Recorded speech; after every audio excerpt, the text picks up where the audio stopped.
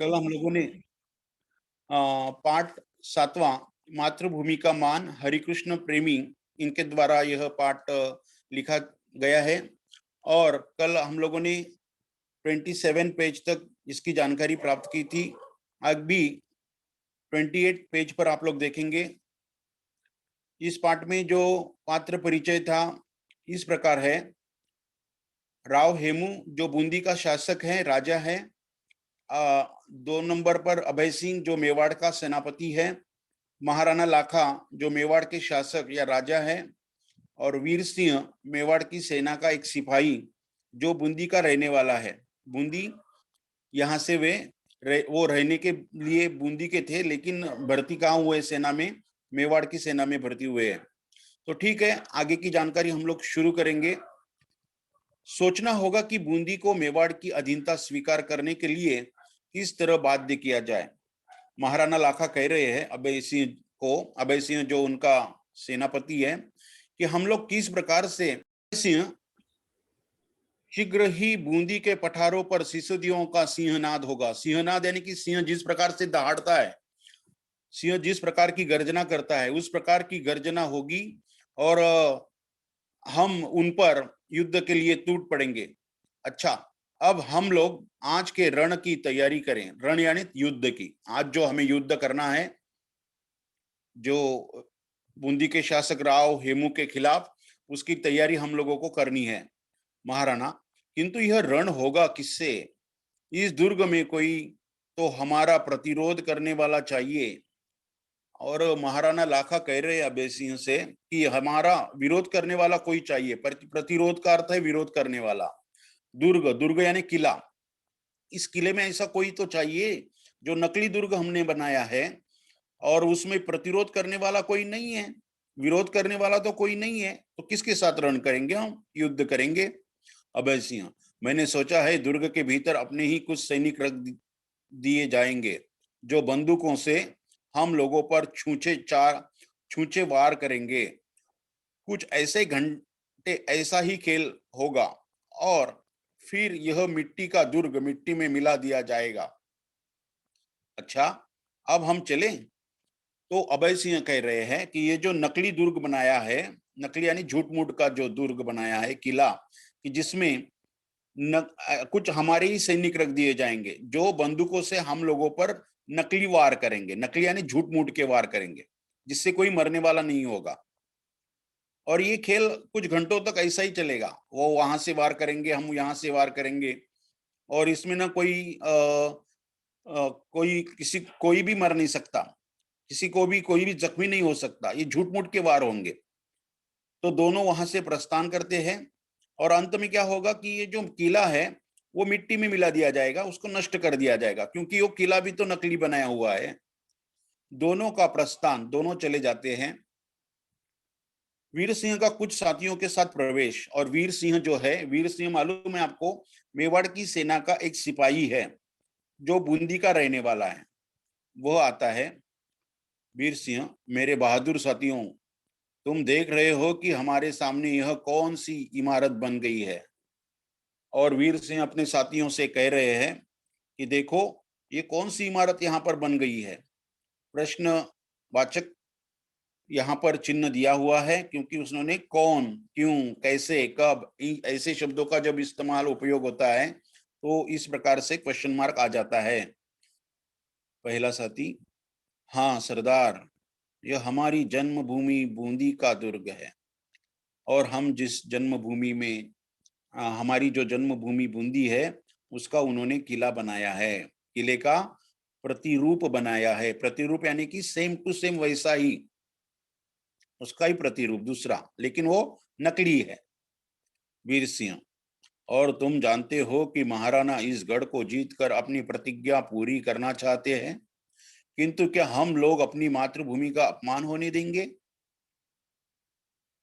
क्यों इसे मिट्टी में मिलाने देंगे? और वीर सिंह कह रहे अपने साथियों से, देखिए कि महाराणा जो है इस गढ़ को जीत कर अपनी प्रतिज्ञा पूरी करना चाहते हैं। उन्होंने क्या प्रतिज्ञा ली थी? कल आप लोगों ने देखा, उन्होंने एक प्रतिज्ञा ली थी कि जब तक वह बूंदी पर अपना अस्तित्व नहीं बना पाएंगे, तब तक अन्न और जल ग्रहण नहीं करेंगे। वहां जाकर जीत हासिल करेंगे, बूंदी में जाकर अपना झंडा फहराएंगे, तब जाकर जल और अन्न ग्रहण करेंगे। तब तक वो अन्न और जल ग्रहण नहीं करेंगे। उन्होंने ये प्रतिज्ञा ली है और उनकी प्रतिज्ञा पूरी होने के लिए उन्होंने ये नकली दुर्ग का निर्माण किया है। और इस नकली दुर्ग पर नकली झूठ मूठ की नकली युद्ध भी हो रहा है। तो इससे क्या होगा कि हमारी बूंदी का जो अस्तित्व है, जो मान है, वो मिट्टी में मिल जाएगा और हमें हमें इससे दुख होगा। हमारे मन को इससे ठेस पहुंचेगी, हमारे मान सम्मान को ठेस पहुंचेगी। ये ऐसा हम लोग होने नहीं देंगे। क्या इसे मिट्टी में मिलने देंगे? हमारी जन्मभूमि के खिलाफ कोई बात करता है, उसे उसका अपमान करता है, तो हम यह अपमान कतई सहन नहीं करेंगे, कभी सहन नहीं करेंगे। दूसरा साथी, किंतु यह तो नकली बूंद है, नकली बूंदी है। और दूसरा साथी कहता है कि ये तो नकली है, झूठ मूठ का है। वीर सिंह, धिक्कार है तुम्हें। नकली बूंदी भी प्राणों से अधिक प्रिय है। आज महाराणा आश्चर्य के साथ देखेंगे कि यह खेल केवल खेल ही नहीं होगा। नकली बूंदी है, ये बात सही है, लेकिन प्रतीकात्मक रूप तो हमारा ही है, हमारी बूंदी का तो है। और इसका भी हम अपमान नहीं होने देंगे, चाहे वो असली हो चाहे वो नकली हो, वो हमारा प्रतीकात्मक रूप है। और आज महाराणा प्रताप को सॉरी महाराणा लाखा को हम लोग दिखा देंगे कि हम भी कुछ कम नहीं है। अपनी मातृभूमि के लिए हम अपना सर्वस्व देने के लिए तैयार है, अपना अपना जी जान लगाने के लिए तैयार है, हम शहीद होने के लिए तैयार है मातृभूमि के लिए, कि जिस मिट्टी से हम बने हैं उसका हमें क्या है, नाज है, गर्व है, और उसका उसकी आन बान शान के लिए हम मरते दम तक लड़ेंगे।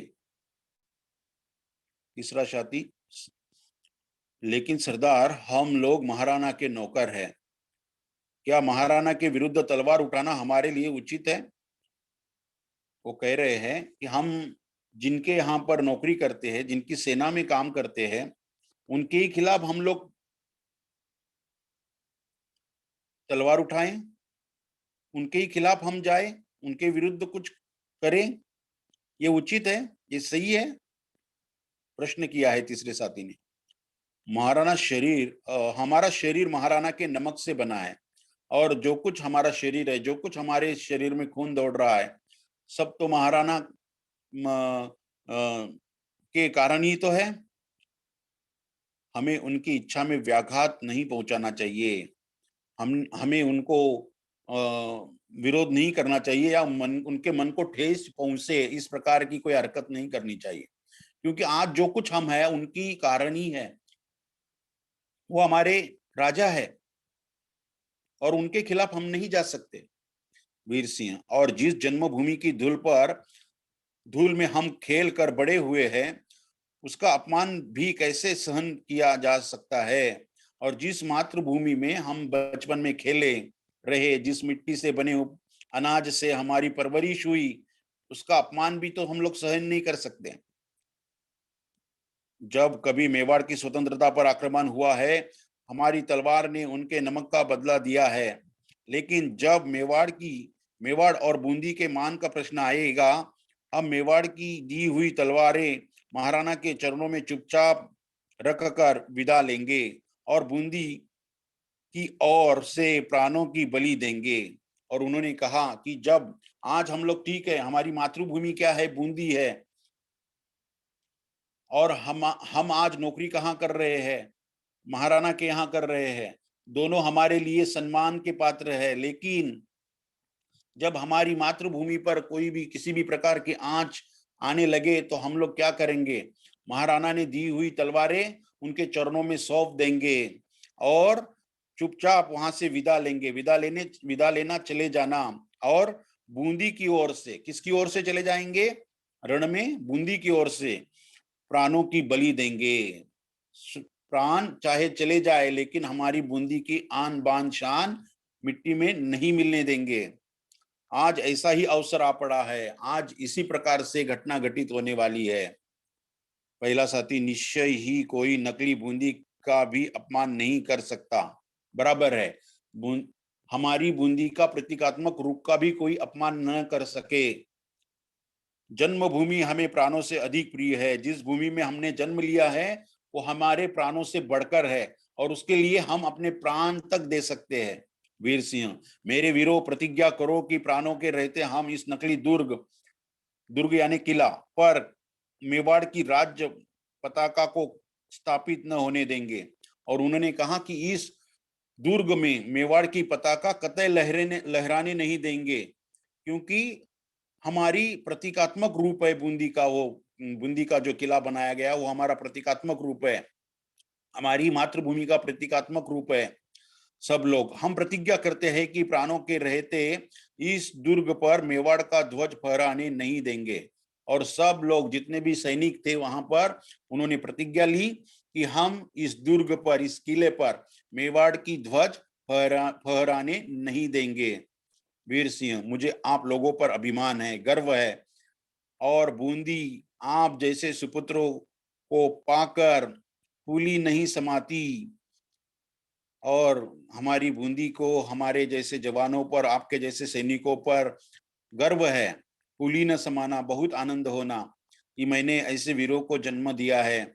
जिस बूंदी में ऐसे मान के धनी पैदा होते हैं, उस पर संसार आशीर्वाद के साथ फूल बरसा रहा है। चलो हम रक, दुर्ग रक्षा की तैयारी करें। दुर्ग रक्षा की तैयारी करें, इसका अर्थ क्या है? किले की रक्षा करेंगे।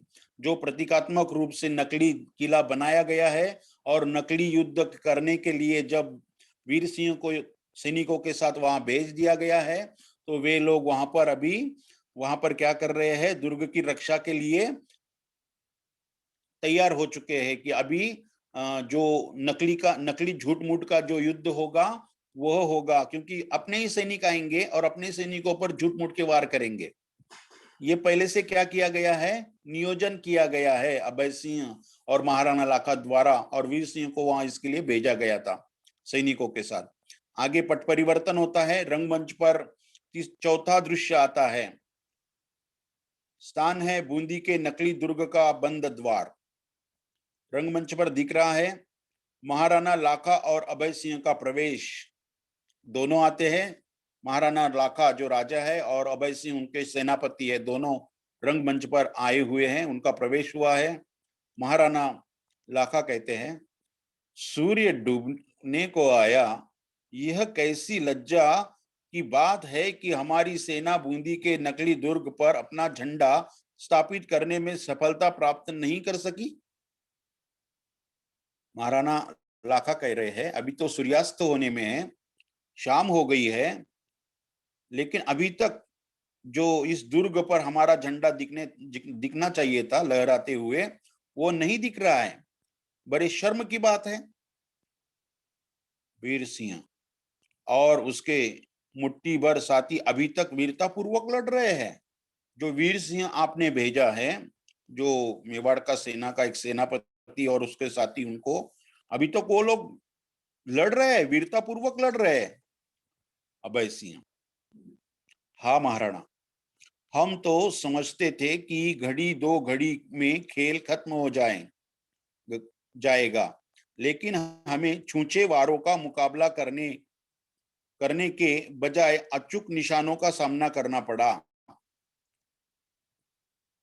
और अभय सिंह कह रहे हैं कि हमें लगता था कि घड़ी दो घड़ी में ये सब कुछ खत्म हो जाएगा, युद्ध हो जाएगा, और झंडा एक घड़ी दो घड़ी में दुर्ग के ऊपर फहराया जाएगा, लेकिन छूछे वारों का मुकाबला करने के बजाय, छूछे यानी कि झूठे नकली नकली वारों का मुकाबला करने के बजाय अचूक निशानों का सामना करना पड़ा। अचूक यानी कि वास्तव में, सच में, सही सही, यानी कि झूठ मूठ का न होकर हकीकत में सच्चे सही तरह से युद्ध वहां पर हमें करना पड़ा। महाराणा, यह भी अच्छा ही हुआ कि हमारे इस खेल में भी कुछ वास्तविकता आ गई। चलो हम लोगों ने जो नियोजन किया था झूठ मूठ का युद्ध करने के लिए, लेकिन उसमें वास्तविकता यानी सच्चाई आ गई। यदि हमें बिना कुछ पराक्रम दिखाए ही दुर्ग पर अपना झंडा फहराने का अवसर मिल जाता, तो मुझे जरा भी संतोष न होता। और सच पूछे तो मुझे वीर सिंह की वीरता को देखकर बड़ी प्रसन्नता हुई। और महाराणा कह रहे हैं कि हम लोगों ने जो नियोजन किया था झूठ मूठ का युद्ध करने का, झूठ मूठ का युद्ध करके किले के ऊपर झंडा फहराने का, इसमें वास्तविकता आ गई, सच्चाई आ गई।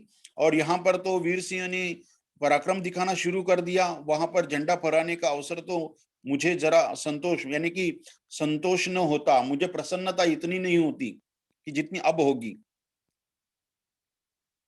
वीर सिंह की वीरता को देखकर बड़ी प्रसन्नता हुई। बड़े वीरता के साथ वीर सिंह यह झूठ मूठ की लड़ाई सच्चाई में क्या कर दी है, उन्होंने परिवर्तित कर दी है। और उसमें वहां पर सच्ची लड़ाई शुरू हो चुकी है।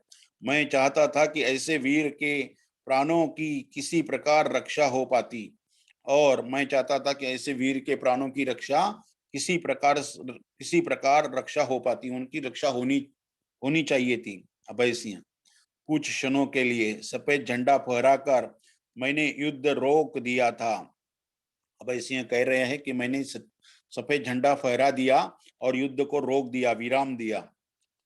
उसके पश्चात मैं स्वयं दुर्ग में गया और वीर सिंह की उसके साहस के लिए प्रशंसा की, और कुछ समय पश्चात मैंने वीर सिंह की प्रशंसा की, सराहना की कि आपके जैसा दूसरा कोई योद्धा नहीं है। साथ ही उससे अनुरोध किया कि तुम इस व्यर्थ प्रयास में अपने प्राण न खोओ।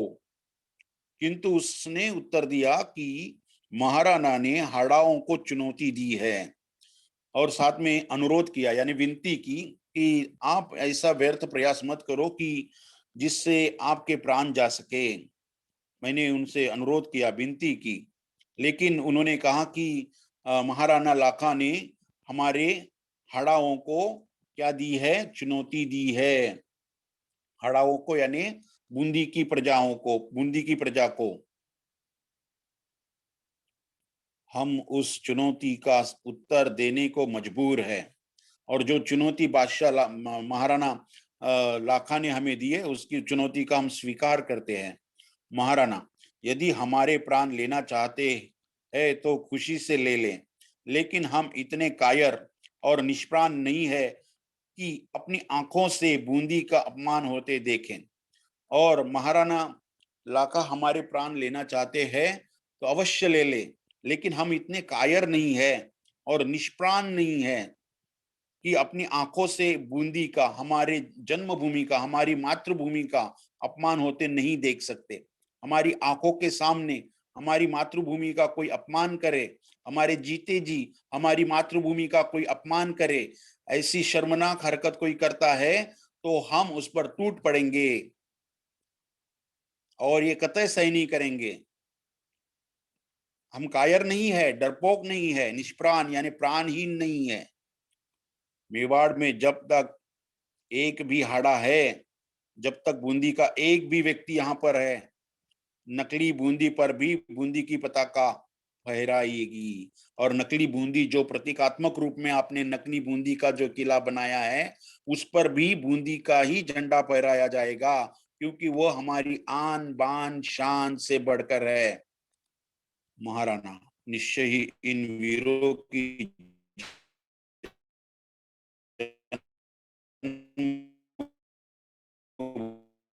भूमि के जो मातृभूमि आन तक देने के है, यह मैं जानता हूं कि इस इन लोगों के प्राणों की रक्षा करने का कोई उपाय नहीं है। इतने बहुमूल्य प्राण लेकर भी मुझे प्रतिज्ञा पूरी करनी पड़ेगी। और महाराणा लाखा अब कह रहे हैं कि ये इन लोगों के प्राण जो है, इन प्राणों का रक्षा करने का कोई उपाय नहीं है, और इतने बहुमूल्य जिनका कोई मूल्य मैं नहीं बता सकता प्राण लेकर मुझे मेरी प्रतिज्ञा पूरी करनी पड़ेगी। उनको अफसोस हो रहा है। धन्य है ऐसे वीर, धन्य है वह माँ जिसने ऐसे वीर पुत्रों को जन्म दिया। और उन्होंने कहा कि धन्य है वो वीर कि जिस भूमि से ये पैदा हुए हैं, धन्य है वो माँ जिन्होंने इनको जन्म दिया, धन्य है वो भूमि जहां पर ऐसे सिंह पैदा होते हैं। और उन्होंने कहा कि धन्य है वो भूमि, बूंदी की भूमि, जहां पर ऐसे सिंह, निडर सैनिक, वीर पैदा होते हैं। जोर का धमाका होता है, आवाज आती है और प्रकाश होता है, और प्रकाश मंच पर दिखाई देने लगता है, अधिक रूप में प्रकाश होता है। महाराणा, अरे देखो, अभय सिंह, गोलों के बाहर से वीर सिंह के प्राण पखेरु उड़ गए, और वहां पर जो गोले बरसाए गए थे उनके कारण लगता है उन वीर सिंह गत प्राण हो गए हैं, और उनके प्राण पखेरु उड़ गए हैं। उन्होंने अपने प्राण अर्पण कर दिए हैं। बूंदी के मतवाले सिपाही सदा के लिए सो गए, और बूंदी के मतवाले, बूंदी की आन बान शान के लिए लड़ने वाले जो सिपाही थे, जो मेरे सिपाही थे, लेकिन वो आज हमेशा के लिए क्या हो गए, सो गए। अभी कभी न जागने के लिए सो गए। जाओ, दुर्ग पर मेवाड़ की पताका फहराओ, और वीर सिंह के शव को आदर के साथ ले आओ, यहाँ ले आओ। और उन्होंने कहा, महाराणा लाखा ने, कि जाओ अभय सिंह, जाओ और उस प्रतीकात्मक रूप से बना हुआ जो दुर्ग है उस पर अपना झंडा फहरा दो, और वीर सिंह का जो शव यानी डेड बॉडी जिसे हम लोग कहेंगे, वह लेकर आओ। अभय सिंह का प्रस्थान, और अभय सिंह रंगमंच से जाते हैं। महाराणा कहते हैं, आज इस विजय में मेरी सबसे बड़ी पराजय हुई है। उन्होंने कहा, मेरी तो विजय हुई है, लेकिन वह विजय कुछ काम की नहीं, जिससे मुझे एक बड़ी सीख मिल गई कि व्यक्ति ने सोच समझ कर क्या करने चाहिए, कदम उठाने चाहिए। और जीत से भी मैं हार गया हूँ, जीते जी हार गया हूँ, जीते जी मुझे हार स्वीकार करनी पड़ रही है। व्यर्थ के दंभ ने आज कितने ही निर्दोष प्राणों की बलि ले ली है। मैंने अपने ही अभिमान में, स्वार्थ में, झूठी शान के लिए मैंने आज न जाने कितने निर्दोष, कि जिनका कोई दोष नहीं था, ऐसे मेरे योद्धाओं का प्राण ले लिया है, उनकी बलि ले ली है। उन्हें अफसोस हो रहा है, लेकिन अब अफसोस करने से क्या फायदा। चारनी जो है, कीर्ति गायन करने वाला भट्ट होता है चारनी, आपने कल देखा होगा। चारनी का प्रवेश होता है, जो कीर्ति गान करने के लिए महाराज को चारनी ने पहले तो संकेत दिए थे कि आप ऐसा मत करो, लेकिन तब तक महाराज ने प्रतिज्ञा ले ली थी। चारनी आती है, महाराणा, अब तो आपकी आत्मा को शांति मिल गई होगी, आपको तो अच्छा लग रहा होगा ना अभी। अब तो आपने सिर के कलंक का टीका धो लिया। आपको लग रहा था कि आपके सर पर कलंक का टीका लग चुका है। यह देखिए, बूंदी के दुर्ग पर मेवाड़ के सेनापति विजय पताका फहरा रहे हैं, और आपने जैसा सोचा था वैसा तो सब कुछ आपने जैसा सोचा था वैसा सबके आपके मन की जो इच्छाएं थी वो पूरी हो चुकी है। महाराणा, चारनी, क्यों पश्चाताप से विकल प्राणों को तुम और दुखी करती हो। महाराणा जी कहते हैं, और देखो, मुझे अब पश्चाताप हो रहा है, अफसोस हो रहा है, मेरे विकल प्राण हो गए हैं, मैं बहुत दुखी हो गया हूं। और उस पर आप ऐसे इस वाक्यों से आप मेरे दिल को ठेस मत पहुंचाओ चारनी। वीर सिंह की वीरता ने मेरे हृदय के द्वार खोल दिए हैं, और वीर सिंह जो शहीद हो गया है अपने मातृभूमि के लिए, उन्होंने मेरे हृदय के द्वार खोल दिए, दरवाजे खोल दिए, मेरी आंखों से पर्दा हटा दिया है। मेरी आंखों पर जो पर्दा, अभिमान का पर्दा, ईगो जिसे हम लोग कहते हैं, बहुत ही, मुझे लग रहा था कि मेरे जैसा दूसरा कोई नहीं है, गर्व होने लगा था, लेकिन ये गर्व कुछ काम का नहीं है। मेरी आंखों से पर्दा हटा दिया है चारनी। तो क्या महाराणा अब भी मेवाड़ और बूंदी के हृदय मिलाने का कोई रास्ता नहीं निकल सकता? अब भी देखिए कि कोई रास्ता निकल नहीं सकता। तो अब भी तो मेवाड़ और बूंदी के हृदय का मिलाने का कोई रास्ता नहीं निकल सकता। अभी तो आप मिल सकते हो। वीर सिंह के शव के साथ अभय सिंह का प्रवेश, और वीर सिंह की डेड बॉडी लेकर, उनका शव लेकर अभय सिंह मंच पर आते हैं। महाराणा शव के पास बैठते हुए, चारनी, इस शहीद के चरणों के पास बैठकर मैं अपने अपराध के लिए क्षमा मांगता हूं, किंतु क्या बूंदी के राव तथा हाड़ा वंश का प्रत्येक राजपूत आज इस आज की इस दुर्घटना को भूल सकेगा?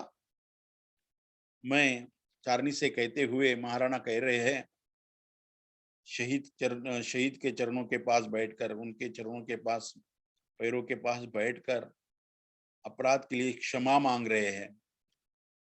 देखिए, अपनी झूठी शान के लिए इतने सारे सैनिक और वीर सिंह जैसा महान योद्धा आज शहीद हो चुका है। झूठी शान के कारण कितने लोगों की जान चली गई है। जब जान चली गई तब पछताने से क्या फायदा है? अब पछता रहे हैं बादशाह, महाराणा, किंतु क्या बूंदी के राव तथा हाड़ वंश का प्रत्येक राजपूत आज की दुर्घटना को भूल सकेगा? मेरे कारण, मेरी झूठी शान के कारण, मेरी झूठी प्रतिज्ञा के कारण, मेरे अहंकार के कारण आज जिन लोगों की जान चली गई है, क्या इस बात को बूंदी के राव हेमू भूल सकेंगे? हाड़ा वंश का हर एक राजपूत आज इस दुर्घटना को भूल सकेगा?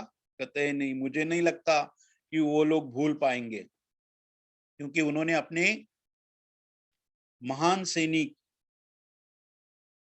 शहीद होते हुए देखे हैं अपनी मातृभूमि के लिए। उसी समय राव हेमू का प्रवेश, और मंच पर राव हेमू, जो बूंदी के क्या है, शासक है, राजा है, वो मंच पर आते हैं। राव हेमू कहते हैं, क्यों नहीं महाराणा, हम युग युग से एक है और रहेंगे। और उन्होंने कहा, राव हेमू ने बड़ा मन करते हुए कहा कि महाराणा, हम युग युग से एक है, हम कई सालों से, हजारों सालों से एक है और एक रहेंगे। हम में एकता बनी रहेगी। आपको यह जानने की आवश्यकता थी कि राजपूतों ने न कोई राजा है, राजपूतों में न कोई राजा है, न कोई महाराजा। और यह अपने अहंकारवश हम, और मैं राजा बनना चाहता हूं, मैं ये करना चाहता हूं, मैं महाराजा बनना चाहता हूं, ये सारा छोड़ दो। न कोई राजा है, न महाराजा है। सब देश, जाति और वंश की मान रक्षा के लिए प्राण देने वाले सैनिक है। और सही में देखा जाए, वास्तविकता में देखा जाए, सब देश, जाति और वंश की मान रक्षा के लिए प्राण देने वाले सैनिक है। हमारे सैनिकों के कारण ही यह देश बना हुआ है, हमारे प्रदेश की सुरक्षा और संरक्षण हो रहा है। हम सबके हृदय में एक ज्वाला जल रही है।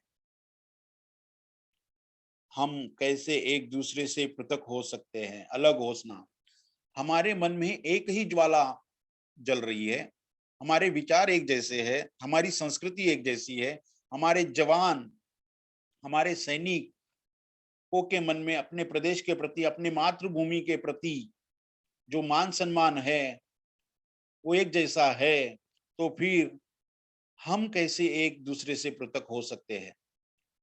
जब सैनिक मातृभूमि का और कर्म भूमि का संयोग से मान सम्मान कर रहे हैं, तो हम तो राजा है, हमने उन लोगों से कुछ सीख लेनी चाहिए।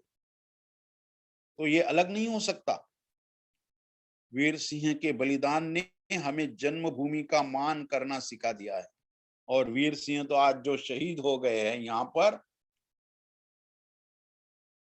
उन्होंने के जाने से हमें एक सीख मिलती है कि जन्मभूमि से बढ़कर और कुछ नहीं हो सकता। जन्मभूमि के आन बान शान के लिए हम अपना सब कुछ त्याग सकते हैं। तो इसमें अहंकार की क्या बात है? महाराणा, निश्चय ही महाराज, हम संपूर्ण राजपूत जाति की ओर से इस अमर आत्मा के आगे अपना मस्तक झुकाए हैं और सब वीर सिंह के शव के सामने झुकते हैं, उन्हें प्रणाम करते हैं कि इन्होंने अपना प्राण देकर सबको एक सबक सिखाया, एक सीख दी कि जन्मभूमि और कर्मभूमि से बढ़कर कुछ नहीं होता। मातृभूमि के लिए हमें अपना बलिदान देना हमारा कर्तव्य होता है और इसके लिए हम चाहे मौत क्यों ना आ जाए, हम शहीद क्यों ना हो जाए, सब बैठकर वीर सिंह के शव के आगे झुकते हैं। और जो शव वहां पर मंच पर दिखाया जा रहा है, उनके आगे, उनके शव के सामने सब लोग झुककर प्रणाम करते हैं, उन्हें अभिवादन करते हैं। और इस प्रकार वहां पर पटाक्षेप होता है, पर्दा गिरता है और यहाँ पर जो एकांकी थी, एक अंक में खत्म होने वाली, वो खत्म होती है। बहुत ही सुंदर तरीके से यह एकांकी हरि कृष्ण प्रेमी इनके द्वारा यहाँ पर लिखी गई है। बहुत अच्छी सुंदर रचना उन्होंने की है।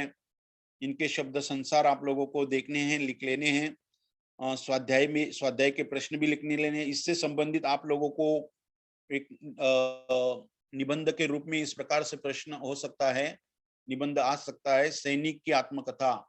जो सैनिक होते हैं, वो सैनिक बोल रहे हैं, चाहे वो कारगिल युद्ध में उन्होंने योगदान दिया है और उनके वहां के अनुभव वो आपको बता रहे हैं। सेना में सैनिक होकर जो कुछ कार्य किया उन्होंने अपने जीवन भर, कैसे उन्होंने कौन कौन से बटालियन में शामिल हुए, किस प्रकार से भर्ती हुए, उसके आधार पर फिर उन्होंने कौन कौन से युद्धों में सहयोग दिया और जीत हासिल की। इस प्रकार से किसी एक सैनिक की आत्मकथा हमें लिखनी है इस पाठ के आधार, इस पाठ से संबंधित विषय से के आधार पर। साहस हमारे अंदर होना बहुत आवश्यक होता है, ये सीख हमें इससे मिलती है।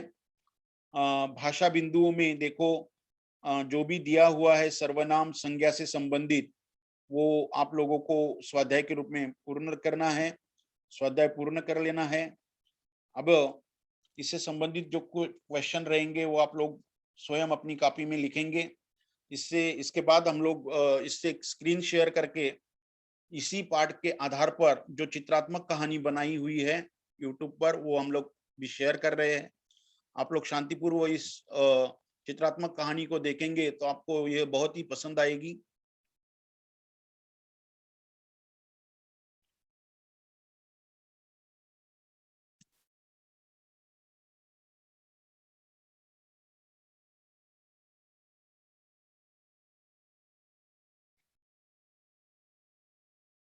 Byju's app makes learning easy for my child. Every child needs it.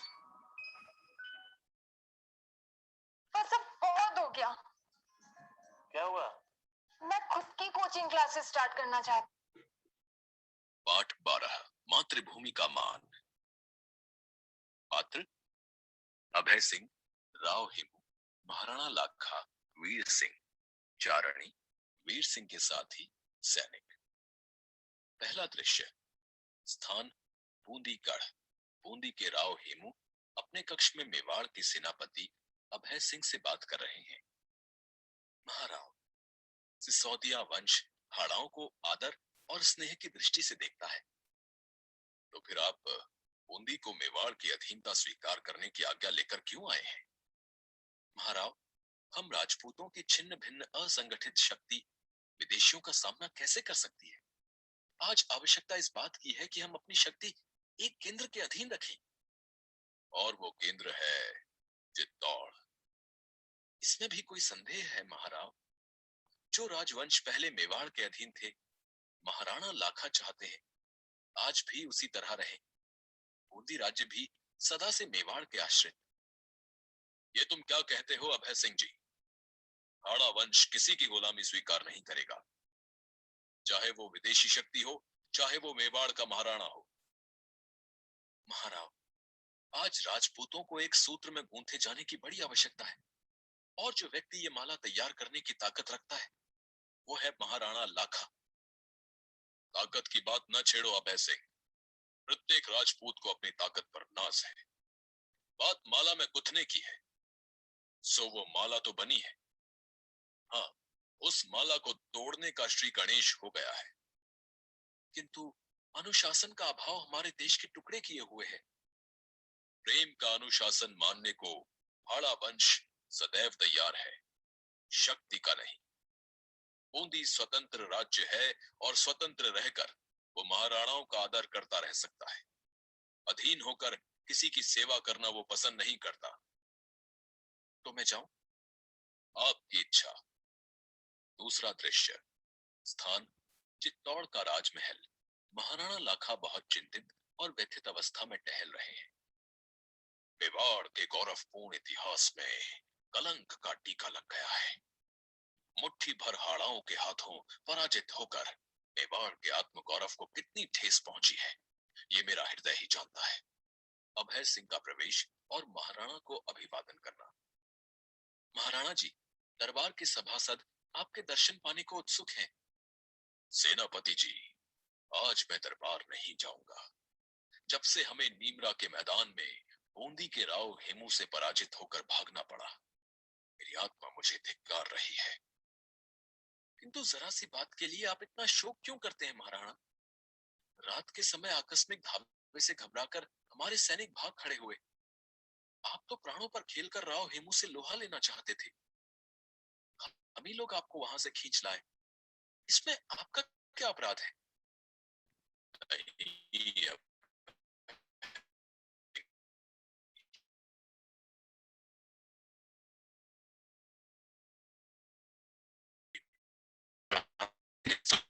उनके पौरुष की झांका दिला पहुंचा है। महारावल बप्पा का वंशज मैं लाखा क्या करता हूं कि जब तक बूंदी के दुर्ग में ससैन्य प्रवेश नहीं करूंगा, अन्न जल ग्रहण नहीं करूंगा। महाराणा, इतनी बड़ी प्रतिज्ञा करने की क्या आवश्यकता है? इसमें संदेह नहीं कि अंतिम विजय हमारी होगी, किंतु ये निश्चय पूर्वक नहीं कहा जा सकता कि इसमें कितने दिन लग जाएंगे। इसलिए आप ऐसी भीषण प्रतिज्ञा ना करें। आप ये क्या कहते हैं सेनापति? क्या कभी आपने सुना है कि सूर्य वंश में पैदा होने वाले पुरुष ने अपनी प्रतिज्ञा वापस ली हो? गाते गाते चारणी का प्रवेश। चारणी, तुम अपने गाने में क्या कह रही थी कि पूरे राजस्थान को एकता की श्रृंखला में बांधकर देश की स्वाधीनता की रक्षा की जाए, पर मैं तो इस श्रृंखला को तोड़ने जा रहा हूं।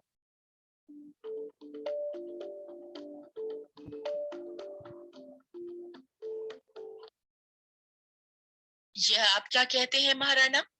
मैं आपसे निवेदन करने आई हूँ कि यद्यपि समय के फेर से आज हाड़ा शक्ति और साधनों में मेवाड़ से छूटे हैं, फिर भी वे वीर हैं। विपत्ति के दिनों में वे मेवाड़ को सहायता देते रहे हैं। यदि उनसे कोई धृष्टता बन पड़ी हो तो महाराणा उसे भूल जाएं और राजपूत शक्तियों में स्नेह का संबंध बना रहने दें। चारणी, तुम बहुत देर से आई। चारणी, महाराणा ने प्रतिज्ञा की है कि जब तक वे बूंदी के गढ़ को जीत न लेंगे, अन्न जल ग्रहण न करेंगे। दुर्भाग्य। एक उपाय है, यहीं पर बूंदी का एक नकली दुर्ग बनाया जाए। महाराणा उसका विध्वंस करके अपनी प्रतिज्ञा पूरी कर लें। अच्छा सुझाव है। ठीक है, अभी तो मैं नकली दुर्ग का विध्वंस करके अपने व्रत का पालन करूंगा, किंतु हाड़ाओं को उनकी उद्दंडता का दंड दिए बिना मेरे मन को संतोष न होगा। सेनापति, नकली दुर्ग बनवाने का प्रबंध करें। तीसरा दृश्य। चित्तौड़ के निकट एक जंगली प्रदेश, नकली दुर्ग का मुख्य दरवाजा। महाराणा और सेनापति का प्रवेश। ये तो बूंदी दुर्ग की ठीक हूबहू नकल है। इस दुर्ग को मिट्टी में मिला देने से मेरी आत्मा को संतोष नहीं होगा, लेकिन अपमान की वेदना में जो विवेकहीन प्रतिज्ञा मैंने कर डाली थी, उससे तो छुटकारा मिल जाएगा। निश्चय ही महाराज, अब हम लोग आज के रण की तैयारी करें। किंतु ये रण होगा किससे? इस दुर्ग में कोई तो हमारा पथ प्रतिरोध करने वाला होना चाहिए। दुर्ग के भीतर अपने ही कुछ सैनिक रख दिए जाएंगे जो बंदूकों से हम पर झूठे वार करेंगे। कुछ ही समय में दुर्ग मिट्टी में मिला दिया जाएगा महाराज। अब चलिए। दोनों का प्रस्थान। वीर सिंह का कुछ साथियों के साथ प्रवेश। मेरे बहादुर साथियों, सामने देख रहे हो कौन सी इमारत बनाई गई है? हाँ सरदार, ये हमारी जन्मभूमि बूंदी का दुर्ग है। और तुम जानते हो कि महाराणा इस गढ़ को जीतकर अपनी प्रतिज्ञा पूरी करना चाहते हैं। हम लोग अपनी जन्मभूमि का अपमान होने देंगे? ये हमारे वंश के मान का मंदिर है, क्या इसे मिट्टी में मिलने देंगे? किंतु ये तो नकली बूंदी है सरदार। धिक्कार है तुम्हें। नकली बूंदी भी प्राणों से अधिक प्रिय है। जिस जगह एक भी हाड़ा है वहां बूंदी का अपमान आसानी से नहीं किया जा सकता। लेकिन सरदार, क्या महाराणा के विरुद्ध तलवार उठाना हमारे लिए उचित है? हमारा शरीर महाराणा के नमक से बना है। जिस जन्मभूमि की धूल में हम खेलकर बड़े हुए हैं, उसका अपमान भी कैसे सहन किया जा सकता है? जब कभी मेवाड़ की स्वतंत्रता पर आक्रमण हुआ है, हमारी तलवार ने उनके नमक का बदला दिया है। लेकिन जब बूंदी के मान का प्रश्न आएगा, हम बूंदी की ओर से प्राणों की बलि देंगे। निश्चय ही, जहां पर बूंदी है वहां पर हाड़ा है, और जहां पर हाड़ा है वहां पर बूंदी है। मेरे वीरों, तुम अग्निकुल के अंगारे हो। अपने वंश की आभा क्षीण न होने देना। प्रतिज्ञा करो कि प्राणों के रहते हम इस नकली दुर्ग पर मेवाड़ की राज्य पताका स्थापित न होने देंगे। हम प्रतिज्ञा करते हैं कि प्राणों के रहते दुर्ग पर मेवाड़ का ध्वज न फहराने देंगे।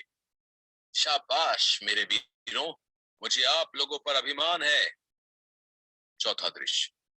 बूंदी के नकली दुर्ग का बंद द्वार। महाराणा और अभय सिंह का प्रवेश। सूर्य डूबने को आया। ये कैसी लज्जा की बात है कि हमारी सेना बूंदी के नकली दुर्ग पर अपना झंडा फहराने में सफलता प्राप्त नहीं कर सकी है। वीर सिंह और उसके मुट्ठी भर साथी अभी तक वीरतापूर्वक लड़ रहे हैं। हाँ महाराज, हम तो समझते थे कि नकली मुकाबला शीघ्र ही समाप्त हो जाएगा, पर यहाँ तो हाड़ाओं के अचूक निशानों का सामना करना पड़ा। यद्यपि ये लोग गिनती में थोड़े हैं, पर हमारी सेना उनके आकस्मिक प्रहारों से भौचक्की रह गई। ये भी अच्छा ही हुआ। यदि हमें बिना कुछ पराक्रम दिखाए ही दुर्ग पर अपना झंडा फहराने का अवसर मिल जाता, तो मुझे जरा भी संतोष न होता। वीर सिंह की वीरता देखकर बड़ी प्रसन्नता हो रही है। मैं चाहता था कि ऐसे वीर के प्राणों की किसी प्रकार रक्षा हो सकती। मैंने भी जब दुर्ग से अग्नि वर्षा होती देखी तो मुझे आश्चर्य हुआ। कुछ क्षणों के लिए युद्ध रुकवाकर मैं स्वयं दुर्ग में गया और वीर सिंह के साहस की प्रशंसा की। साथ ही उससे अनुरोध किया कि वो व्यर्थ में अपने प्राण न खोए और आपके विरुद्ध हथियार न उठाए। परंतु उसने उत्तर दिया कि महाराणा ने हाड़ाओं को चुनौती दी है, हम उस चुनौती का उत्तर देने को मजबूर हैं। मेवाड़ में जब तक एक भी हाड़ा है, नकली बूंदी पर भी बूंदी की ही पताका फहराएगी। निश्चय ही जन्मभूमि के प्रति वीरों का ये आदर भाव सराहनीय है।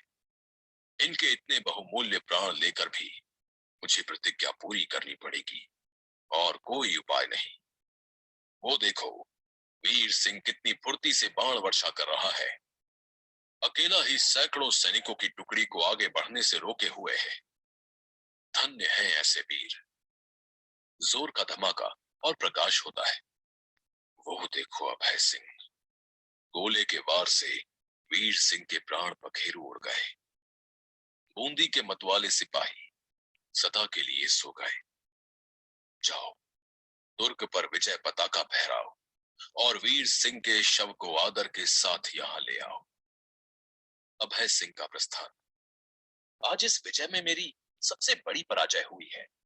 व्यर्थ के दंभ ने आज कितने ही निर्दोषों के प्राणों की बलि ले ली। चारणी का प्रवेश। महाराणा, अब तो आपकी आत्मा को शांति मिल गई होगी। यह देखिए, बूंदी के दुर्ग पर मेवाड़ के सेनापति विजय पताका फहरा रहे हैं। चारणी, क्यों पश्चाताप से विकल प्राणों को तुम और दुखी करती हो? न जाने किस बुरी सायत में मैंने बूंदी को अपने अधीन करने का निश्चय किया था। वीर सिंह के बलिदान ने मेरी आंखों पर से पर्दा हटा दिया है। मैं देखता हूँ ऐसी वीर जाति को अधीन करने की अभिलाषा करना पागलपन है। तो क्या महाराणा अब भी मेवाड़ और बूंदी के हृदय मिलाने का कोई रास्ता नहीं निकल सकता? वीर सिंह के शव के साथ अभय सिंह का प्रवेश। चारणी, इस शहीद के चरणों के पास बैठकर मैं अपने अपराध के लिए क्षमा मांगता हूँ, किंतु क्या बूंदी के राव तथा हाड़ा वंश का प्रत्येक राजपूत आज की इस दुर्घटना को भूल सकेगा? राव हेमू का प्रवेश। क्यों नहीं महाराणा, हम युग युग से एक हैं और एक रहेंगे। आपको ये जानने की आवश्यकता थी कि राजपूतों में न कोई राजा है न कोई महाराजा। सब देश, जाति और वंश की मान रक्षा के लिए प्राण देने वाले सैनिक हैं। हमारी तलवार अपने ही स्वजनों पर न उठनी चाहिए। हम सब राजपूत अग्नि के पुत्र हैं। हम सबके हृदय में एक ही ज्वाला चल रही है। हम एक दूसरे से कैसे पृथक हो सकते हैं? वीर सिंह के बलिदान ने हमें जन्मभूमि का मान करना सिखाया है। निश्चय ही महाराव, हम संपूर्ण राजपूत जाति की ओर से इस अमर आत्मा के आगे अपना मस्तक झुकाते हैं। सब बैठकर वीर सिंह के शव के आगे झुकते हैं। पर्दा गिरता है। कॉलेज में बैठा था तो बात चली, किसी को कोई गाड़ी लेनी है, किसी को बाइक लेनी है। तो एक चित्रात्मक कहानी थी हमारे मातृभूमि का मान, हरिकृष्ण प्रेमी द्वारा लिखित। उनकी कई सारी ऐसी कहानियां हैं, एकांकिका है, जो हमें बहुत सीख देती, बहुत अच्छी सी सीख देती है जीवन में। तो इससे संबंधित जो प्रश्न और उत्तर है वो आप लोगों को लिखने हैं। सैनिक की आत्मकथा, इस पाठ के आधार पर यह निबंध भी आपको लिखना है अपनी कॉपी में। तो आशा करता हूं कि यह पाठ आप लोगों को अच्छे से समझ में आया होगा। इसी